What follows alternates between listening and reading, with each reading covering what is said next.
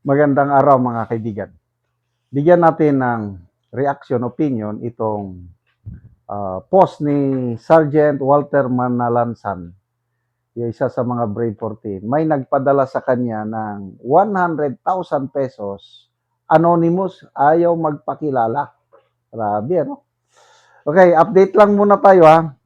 Sa ngayon, meron na tayong 20,000 pesos na naipon na naman sa GCash.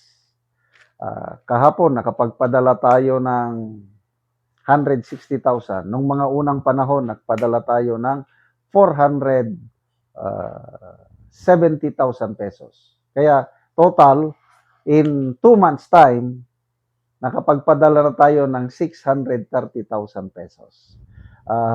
Karamihan nagpapadala sa atin, maliliit, nakakatuwa, 5, 10, 15, 20, 50, 100. Anong ibig sabihin nun?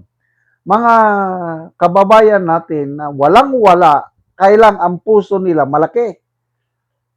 Gusto lang makatulong kahit hirap na hirap sa buhay. Ito yung tinatawag natin na sacrificial giving. Nakakatuwa. Kaya sa mga gustong magpadala, huwag kayong mag-alala sa amount. Ang importante kasama kayo sa kausa. Yung mga mayayaman nating kababayan, yan, nagpapadala 100,000, sinsilyo lang yon sa kanila. Sa mga nagpapadala ng maliit, ito, tatanggapin namin kahit 5 pesos. 0966-265-8480. Ivan Henry Sibog ang pangalan sa GCash. So ito, post ni Sergeant Walter Manalansan. Saan na to? Sandali ha. Sabi niya, Walter Manalansan, sa nagpadala po ng 100,000 sa BDO account ko para sa Brave 14 na ayaw pong magpakilala. Taos puso po kaming nagpapasalamat sa inyong tulong. Malaking tulong po ito para sa aming pagpiyansa kapag kami ay nakatanggap ng warrant. Makakaasa po kayo na ipagpapatuloy namin ang labang ito. God bless you. So ito, yung resibo, BDO na deposit. Klaro dyan, 100K. So, anonymous. Actually, marami tayong kababayang ganyan na maraming tumulong.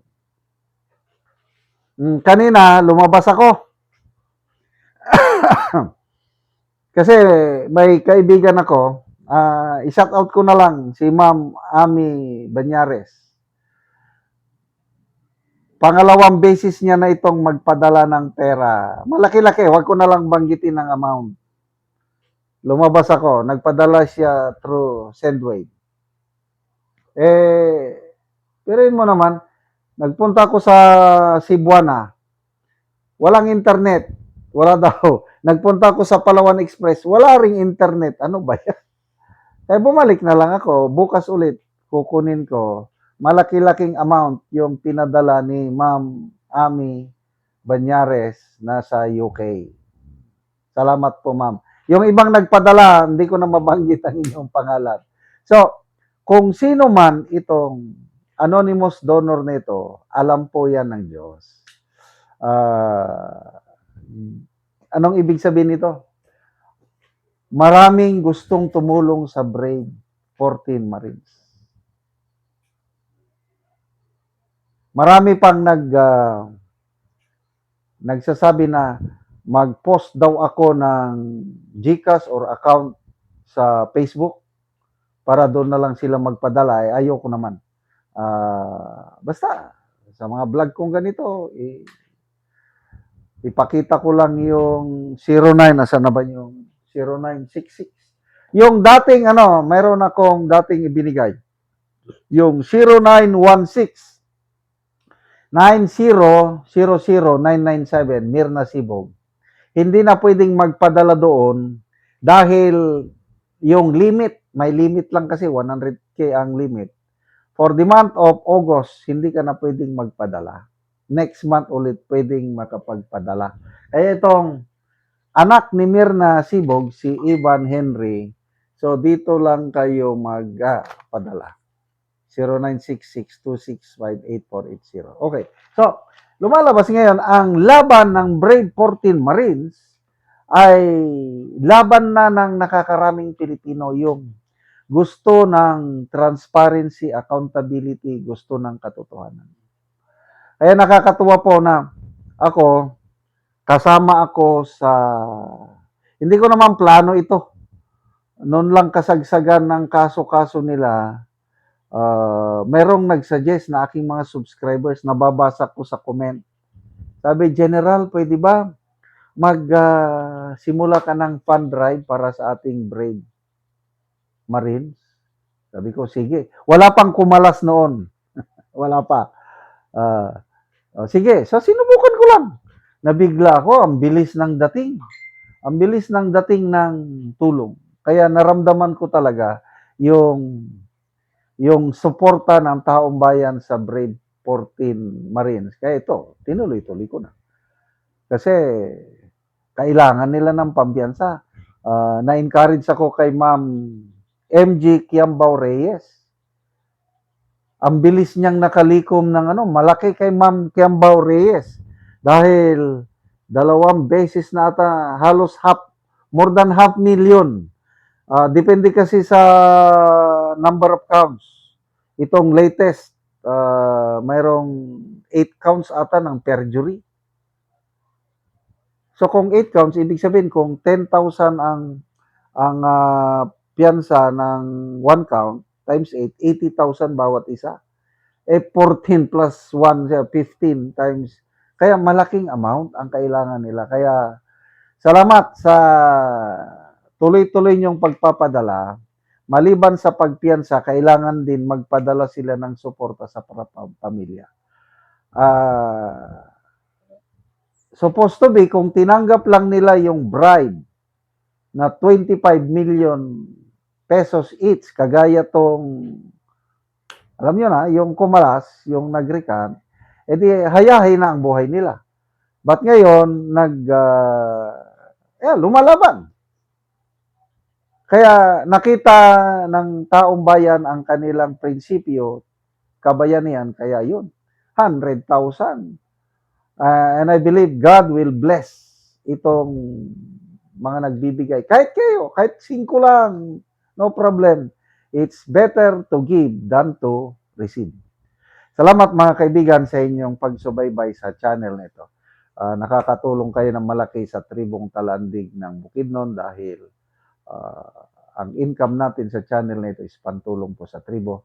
Namimigay tayo ng libreng yero at pako para makapagpatayo sila ng mas maayos na tirahan. Panoorin nyo ang video nito. So mga ka-viewers, live ta karon, ako karon diri sa balay nga makita nimo nga trapa lang ang atop o ang dingding. So mo na gid ang hitsura sa ilang balay, trapal, ang dingding o ang atop.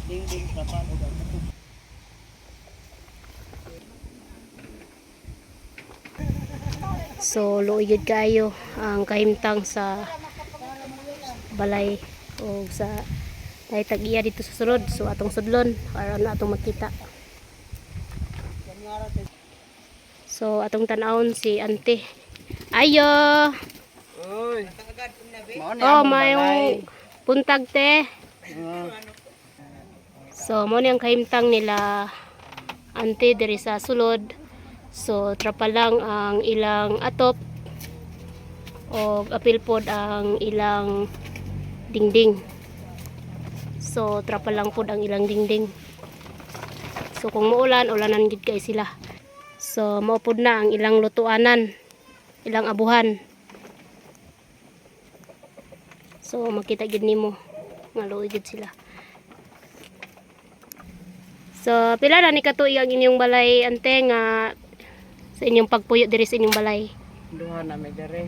So duha pa lang ni katuig ang ilang balay ni ante.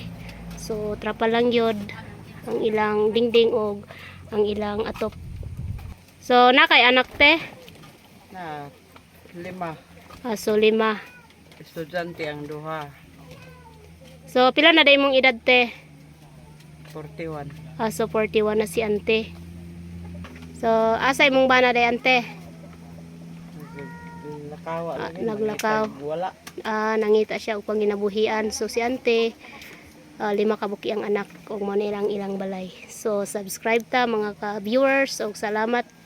Mat kay sa Ginoo nga naara gyud nakadumdum sa among balay na Oo nga matabangan mo. kuan. Sige So, ante. kung saan mo paningkamot, wa Oo. gyud nga ana ra gyud among payag balay. Sige ante, salamat.